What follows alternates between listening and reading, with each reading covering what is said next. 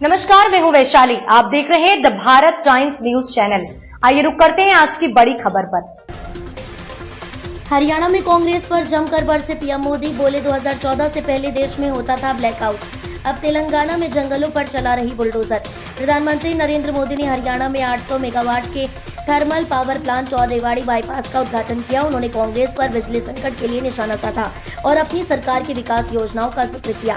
विकसित भारत के लिए बिजली उत्पादन बढ़ाने पर जोर दिया गया। प्रधानमंत्री नरेंद्र मोदी आज 14 अप्रैल को हरियाणा दौरे पर हैं।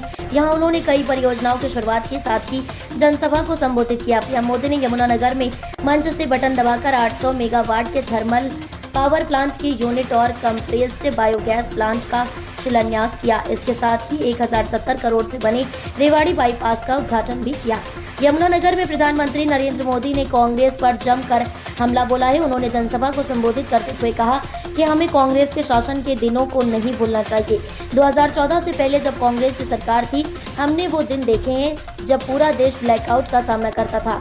प्रधानमंत्री नरेंद्र मोदी ने कहा कि मुझे इस बात पर गर्व है कि हमारी सरकार बाबा साहेब अम्बेडकर के विचारों को आगे रखती है और देश की प्रगति के लिए उनका अनुसरण करती है। विकसित भारत में बिजली की बड़ी भूमिका।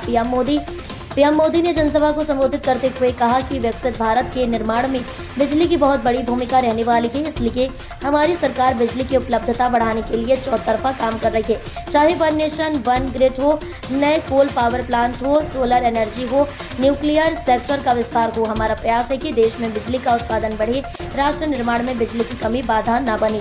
कांग्रेस ने कर्नाटक को भ्रष्टाचार में नंबर 1 बना दिया। पीएम मोदी प्रधानमंत्री नरेंद्र मोदी ने कहा कि हमारे लिए राजनीति सत्ता का माध्यम नहीं बल्कि सेवा का माध्यम है और इसलिए बीजेपी ने जो कहा वह किया।